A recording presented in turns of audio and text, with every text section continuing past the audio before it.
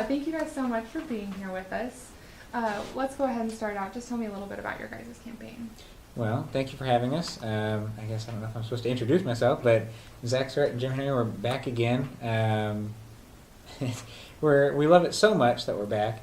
I think we've made a joke this time around. It's a campaign so nice, we're doing it twice. But as far as our platform kind of goes, generalization, our slogan is trying to create a woo for you.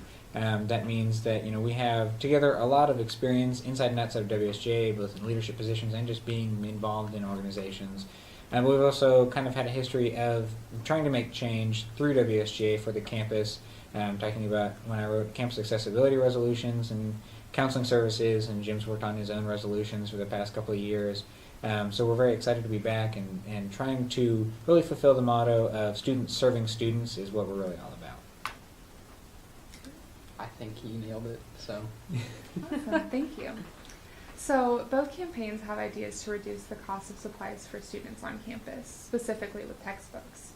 Does your campaign have any plans to reduce the cost of other school supplies, such as those used by art students, nursing students, or music students?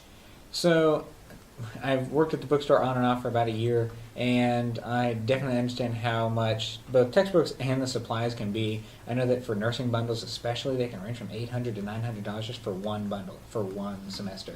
And it's ridiculous. And every time students come in, they're somewhat prepared, but it's still a lot. And it would drain my own account, so I don't know how people do it.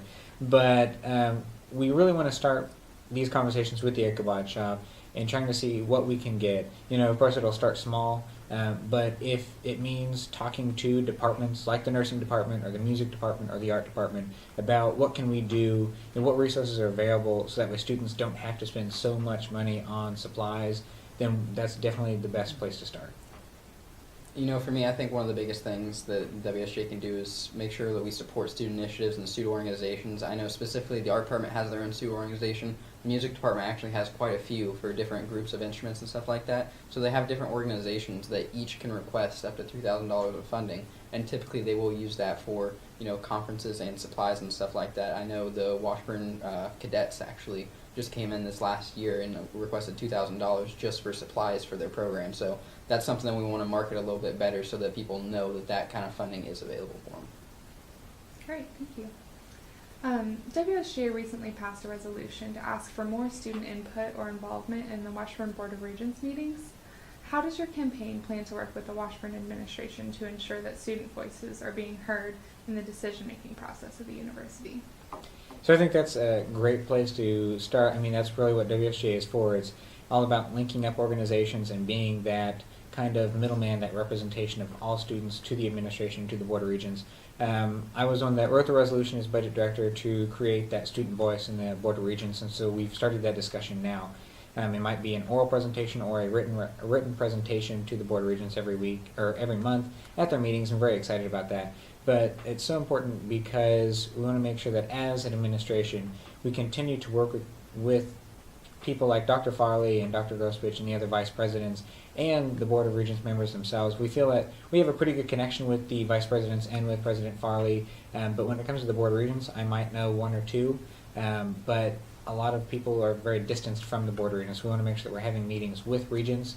I want to make sure that we have that working relationship so that way they're willing to come to the table where it's not just students voicing concerns, it's more about building a relationship between students and the governing body, whether that be WSGA, the executive staff, or the Board of Regents. I think that's a great place to start as an administration, something new and something that I would hope all students can get behind. You got it. Great.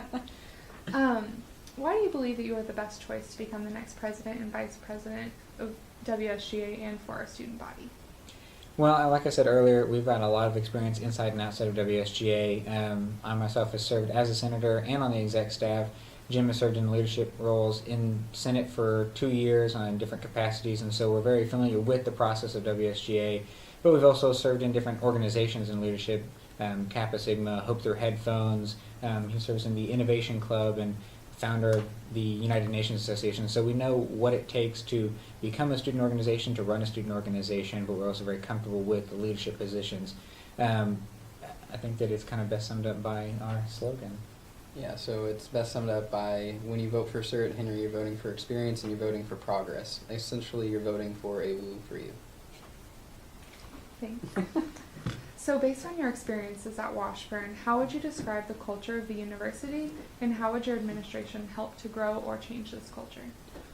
So I don't really want to change the culture. I think the culture here at Washburn, it's a community vibe, and that's what I love about it. When I started looking at colleges, I went on one tour, I went on one visit to a college, and it was here. And there was no question in my mind where I was going to go after that. So it's been Ichabod since day one for me, and that's something I'm very passionate about. I think, for me specifically, I think having a family away from home is very important. That's the kind of vibe I get from Washburn. It's small enough that you get to know everyone, but it's large enough that it's also you can kind of get away from it when you need to.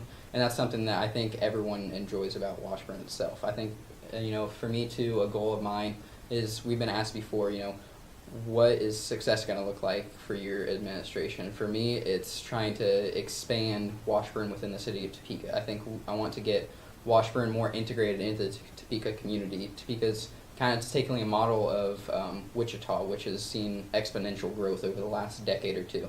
And I think we're starting to build on that really big when it comes to renovating downtown and getting new businesses to come into the community. I want Washburn to make sure that we're a part of that, that Topeka's known as, capital city, and they're known for different things all over town, but not really known for Washburn. That's something that I think that we really want to change. All right. Well, thank you so much for your time. Thank you. Thank you guys for having us. Thank you for tuning in. Be sure to come by the Memorial Union next Monday, Tuesday, and Wednesday to cast your vote for President and Vice President of WSGA. On Friday, the Washburn Review will be covering the election as the results are announced.